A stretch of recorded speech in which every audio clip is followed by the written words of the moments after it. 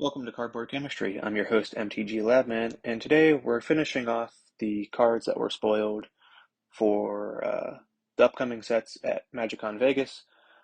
We're moving on to Reality Fracture. We have already covered The Hobbit and Marvel Superheroes, so please feel free to check out those two episodes. And at MagicCon Vegas, we only got two spoilers for Reality Fracture, besides a spoiler for the Face Commander, just the deck box face for the commander, one of the commander decks, showing a multicolored Jace. Looks like Reality Fracture is going to flip things on the head. In the artwork, we see color shifted versions of Planeswalkers. So we only got two cards spoiled, but we'll go over those and kind of see what Jace's alternate reality looks like. Starting off, we have Chandra, Chill of Compliance, one colorless and two blue. This is a reality shifted version of Chandra, Torch of Defiance, right? Chandra, Torch of Defiance was a two colorless and two red Chandra Planeswalker. Well, this is a one colorless and two blue version of Chandra. Instead of fire, we see more of an ice-based version of Chandra. So, Legendary Planeswalker Chandra comes in with 3 loyalty. You add 1 loyalty counter, surveil 1. If you put a non-creature, non-land card in your graveyard this way, put that card in your hand, right? So, basically, instant, sorcery, enchantment, artifact. If you put any of those into your graveyard, when you surveil, you get to put it into your hand instead. Another ability to add 1 loyalty, you get to add blue, 1 blue. So you get to add 1 blue, spend this mana only to cast a non-creature spell. So gives you mana to cast instant sorceries, artifacts, enchantments. Basically anything that was found in the other ability minus not minus anything, because the first ability has non-creature, non-land. Next ability is minus X. You can tap target artifact or creature and put X stun counters on it. So it can untap, and if it were to untap, you remove a stun counter from it instead. Referencing freezing things, stun seems to be, Wizards of the Coast, Magic's way of saying, hey, you're frozen, you're locked down.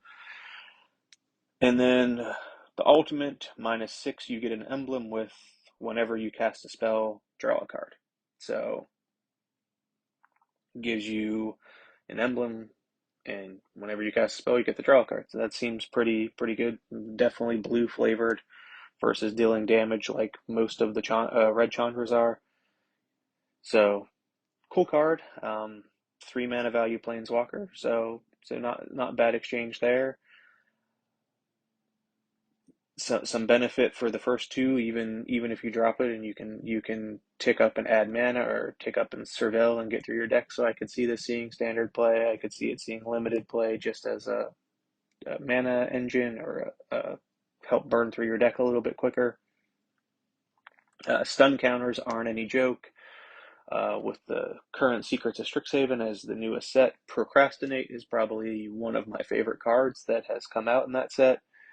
And because you X in a blue, you put stun counters equal to twice the amount you pay for X, and you can lock creatures down for an entire game with a few stun counters on them. Moving on, we have the other card that was spoiled,